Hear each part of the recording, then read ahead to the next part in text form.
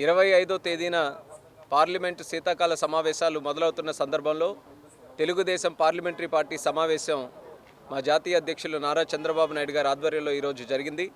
దానికి Telugu Desam parliamentary party అధ్యక్షులు లావు కృష్ణ గారు అలాగే పార్టీకి సంబంధించినటువంటి ఎంపీలందరితో ఈ యొక్క సమావేశం జరిగింది. మరి ముఖ్యంగా ఈ యొక్క 5 నెలల్లో అంటే కొత్త ప్రభుత్వం కూటమి ప్రభుత్వం రాష్ట్రంలో కేంద్రంలో ఏర్పడిన తర్వాత ఏదైతే ప్రాజెక్టుల మీద పెద్ద ఎత్తున దృష్టి పెట్టామో దాన్ని మరొకసారి ఈ యొక్క కార్యక్రమంలో చర్చించడం జరిగింది.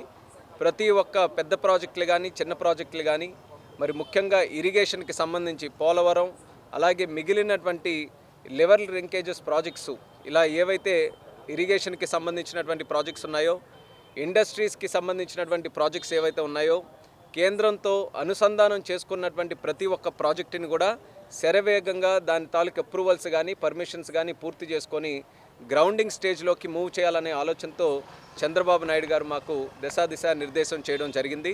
మరి ఈరోజు మీరు అసెంబ్లీలో కూడా చూసిన తర్వాత మొట్టమొదటిసారి విజన్ 2047 స్వర్ణాంధ్రప్రదేశ్ 2047 కూడా చంద్రబాబు నాయుడు గారే స్వయంగా రాష్ట్ర ప్రజలు అందరికీ కూడా ఈ రాష్ట్రం ఎటు వెళ్ళబోతుందనే ఆలోచనతో ఈరోజు ఆ విజన్ డాక్యుమెంట్ను కూడా రిలీజ్ చేయడం జరిగింది. ఆ విజన్ డాక్యుమెంట్లో చాలా వరకు కొన్ని ఇష్యూస్ ఏవైతే ఉన్నాయో అవి కేంద్రం తాలూకు అనుసంధానం కూడా చేసుకొని ముందుకు నడవాలి.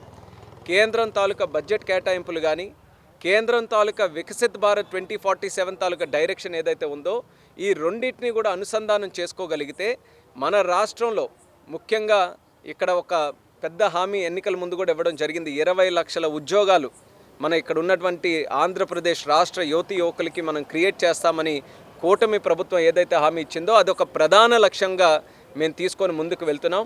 అది జరగాలనంటే ఇండస్ట్రీస్ని పెట్టుబడుల్ని ఎక్కువగా అట్రాక్ట్ చేసే ఒక స్టేట్గా ఆంధ్రప్రదేశ్ రాష్ట్రాన్ని తయారు చేయాలి. అది విజన్ డాక్యుమెంట్లో కూడా చంద్రబాబు నాయుడు గారు దాని గురించి చెప్పడం జరిగింది. అది కేంద్రంతో కూడా అనుసంధానం చేసుకొని దానికి సంబంధించినటువంటి గైడ్లైన్స్ కానీ దానికి సంబంధించినటువంటి ప్రాజెక్ట్స్ని కానీ ఇంప్లిమెంట్ చేయాలనే ఆలోచనతో ఈ యొక్క సమావేశంలో కొన్ని సూచనలు కూడా చంద్రబాబు నాయుడు గారు ఎంపీలందరికీ కూడా తెలియజేశారు. అలాగే ఏ కాన్స్టిట్యున్సీకి ఆ కాన్స్టిట్యున్సీకి కేంద్రం నుంచి ఉన్నటువంటి ప్రాజెక్ట్స్ అవి రైల్వేస్ కావచ్చు, హైవేస్ కావచ్చు, లేకపోతే ఎడ్యుకేషన్ కానీ హెల్త్కి సంబంధించినటువంటి కావచ్చు, ఈ 5 నెలల్లో అనేక రకాలుగా చర్చలు జరిపాం. అక్కడ కూడా చంద్రబాబు నాయుడు గారు పలు సందర్భాల్లో వచ్చినప్పుడు రాష్ట్ర స్థాయిలో అలాగే జిల్లా స్థాయిలో ప్రాజెక్ట్స్ గురించి కూడా అనేక కేంద్ర మంత్రులతో కలిసినప్పుడు ప్రస్తావించడం కూడా జరిగింది. దాన్ని పార్లమెంటు సమావేశాలు కూడా ఒక వేదికగా వాడుకొని అది అవసరమైనప్పుడు కూడా ఆ యొక్క ఇష్యూస్ని కూడా లేవనెత్తి దానికి కూడా పరిష్కారం వైపు మూవ్ చేయాలని ఎంపీలు కూడా సూచించడం జరిగింది.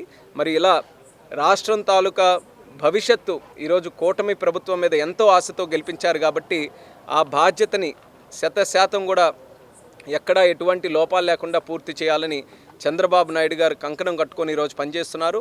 దానికి తెలుగుదేశం పార్లమెంటరీ పార్టీ కూడా అనుసంధానమై ముందుకు నడుస్తుందని కూడా ఈ సందర్భంగా తెలియజేసుకుంటున్నాం.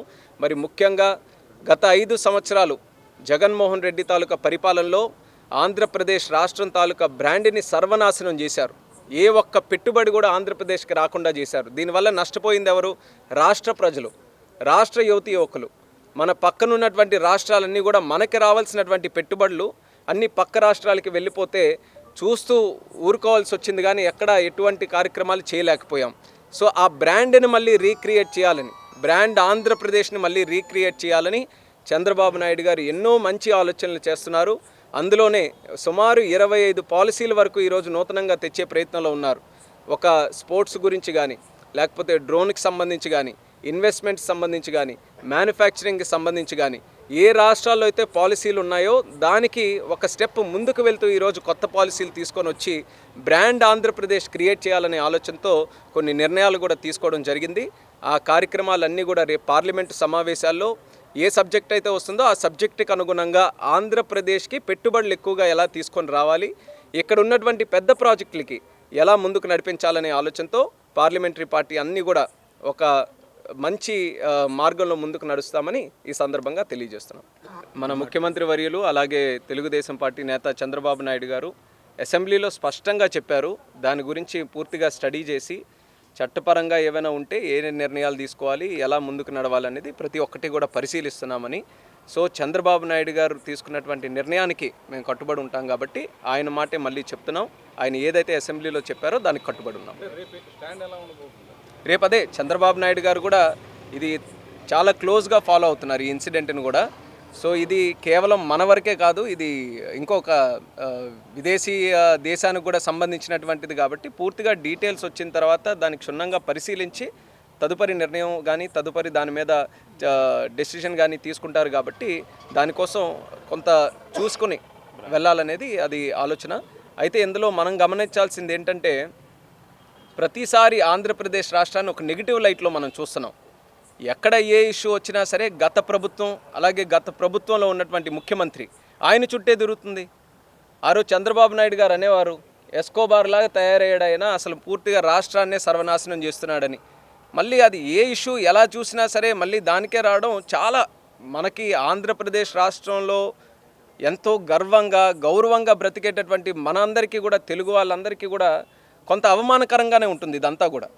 కానీ ఇష్యూ బేస్డ్గా మనం ఏదైనా చెప్పే ముందు అది నీట్గా డీటెయిల్స్ అన్నీ కూడా చూసుకొని చెప్పాలి. కాబట్టి చంద్రబాబు నాయుడు గారు దాని మీద తర్వాత స్పందిస్తామన్నారు. అంటే ఆర్థిక మూలాలు ఎక్కడ ఏదైనా అన్యాయం జరిగితే దాని మూలాలు మాత్రం ఆంధ్రప్రదేశ్లో అదే నేను ఇండికేట్ చేస్తున్నాను. ఇప్పుడు ఇష్యూస్ కూడా ఎలాగవుతున్నాయనంటే ఎక్కడ ఇలాంటి కరప్షన్ యాక్టివిటీ కానీ లేకపోతే ఎక్కడైనా సరే ఇలాంటి అవకతవకలు జరిగాయనో మిస్అప్రోప్రియేషన్ జరిగిందనో ఫైనాన్షియల్ ఇండిసిప్లిన్ ఉందనో ఇది కేవలం ఈరోజు వచ్చినటువంటి ఇష్యూ కాదు. మేము గత 5 yearsగా ఫ్లాగ్ చేస్తున్నాం.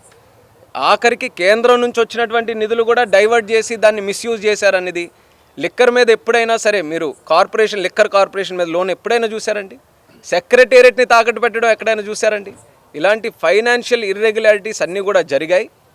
అది జరగకూడదని ఈరోజు ప్రజలు కూడా కూటమి ప్రభుత్వాన్ని ఎన్నుకున్నారు. కానీ అప్పుడు వాళ్ళు చేసినటువంటి కార్యక్రమాలు ఇంకా విడిచిపెట్టే విధంగా ఈరోజు కనబడుతున్నాయి. అందుకనే ఈరోజు దీన్ని కూడా పూర్తిగా పరిశీలించి చంద్రబాబు నాయుడు గారు దీని మీద ఒక నిర్ణయం తీసుకొని ముందుకు వస్తారు. అందరికీ నమస్కారం. ఈరోజు తెలుగుదేశం పార్లమెంటరీ పార్టీ మీటింగ్ జరిగింది. అందరూ ఆనరబుల్ మినిస్టర్స్ అందరూ మెంబర్లు కూడా పార్టిసిపేట్ చేయడం జరిగింది. ఇప్పుడు డీటెయిల్గా మా పార్లమెంటరీ పార్టీ లీడర్ కృష్ణదేవరాయలు గారు, మినిస్టర్ గారు మాట్లాడారు, రామ్మోహన్ గారు. మెయిన్ థ్రస్ట్ ఉద్యోగ కల్పన, సంపద ఎట్లా క్రియేట్ చేయాలి ప్రజలకనే దాని మీద ఎక్కువ డిస్కషన్ జరుగుతూ ఉంది. ఉద్యోగ కల్పన కావాలంటే మనకి పరిశ్రమలు కావాలంటే ఇన్వెస్ట్మెంట్స్ కావాలి. సో దీని మీద మనం పైనుంచి ఎంతవరకు ఇన్వెస్ట్మెంట్స్ తీసుకొద్దామనే దృష్టి మీద ఎక్కువ డిస్కషన్ జరిగింది. అలాగే రేపు పార్లమెంట్ సెషన్లో రాబోయే బిల్స్ గురించి మనం కావాల్సిన అప్రోచ్ ఏంటి దాని గురించి కూడా డిస్కషన్ జరిగింది. సో డీటెయిల్గా ఇద్దరు మాట్లాడారు కాబట్టి సో ఈ డిస్కషనే మరి ముఖ్యంగా అవుతుంది. Thank you very much.